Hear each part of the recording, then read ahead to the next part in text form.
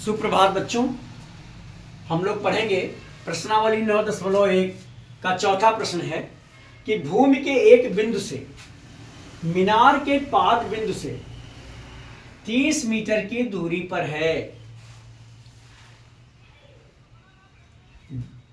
मीनार के शिखर का उन्नयन कोण 30 अंश है।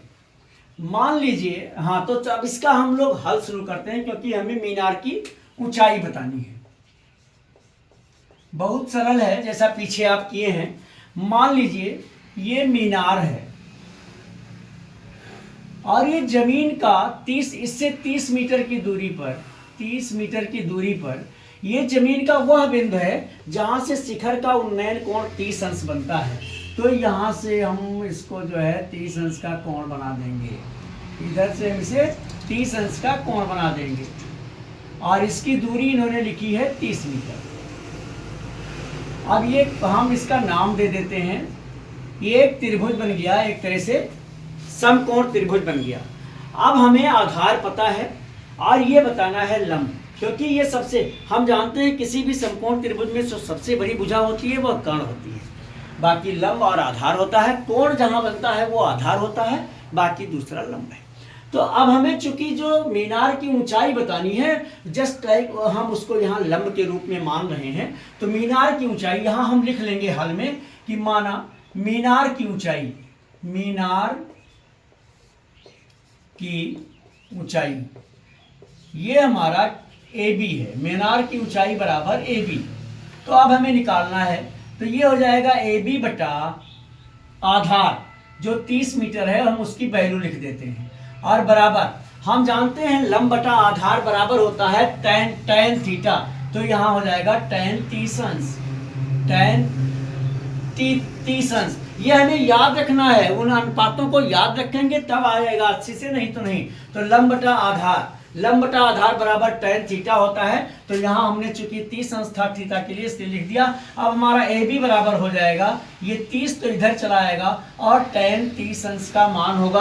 अब tan 30 अंश का मान अगर आपको याद है तो अच्छी बात है, और नहीं याद है तो sin 30 अंश के मान में cos 30 अंश के मान से आप भाग कर देंगे तो आपको मिल जाएगा 1/√3।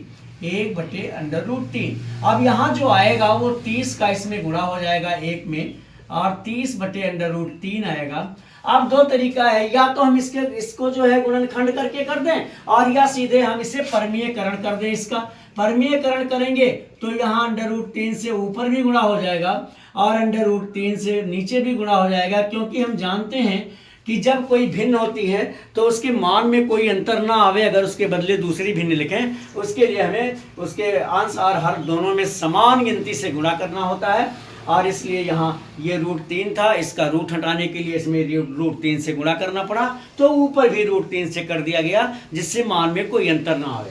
अब किसी भी रूट के अंदर की संख्या को जब हम उसी संख्या से गुणा करते हैं रूट वाली ही संख्या से, तो वो केवल एक बार लिख दी जाती है, रूट खत्म हो जाता है। क्योंकि रूट के अंदर 3 त्रिक 9 आएगा, रूट 9 आएगा, और 9 का जब रूट निकलेगा, वर्गमूल निकलेगा, तो 3 आएगा, इसलिए सीधे लिख दिया जाता है। तो 3 एकम 3 और 3 दाम 30, इस तरह से आया 10√3 मीटर। जो मीनार की ऊंचाई आई वो आई 10√3 मीटर। हमारा जो आंसर आएगा वो आएगा 10√3 मीटर। इसमें कोई मुश्किल नहीं था, सीधे लिखा था कि भूमि के एक बिंदु से जो मीनार के पाद बिंदु है, तो भूमि का एक बिंदु ये है, मीनार का पाद बिंदु ये है। यहाँ से ये 30 मीटर की दूरी पर था, तो ये 30 मीटर ले लिया और यहाँ मीनार खड़ी कर दी गई। फिर कहा जाता है उसी बिंदु से मीनार के शिखर का उन्नयन कोण 30 अंश बनता है, ये कोण बना लिया गया। अब एक समकोण त्रिभुज बन गया, जिससे हमें ऊंचाई ज्ञात करनी थी जो लंब के रूप में था इस त्रिभुज में।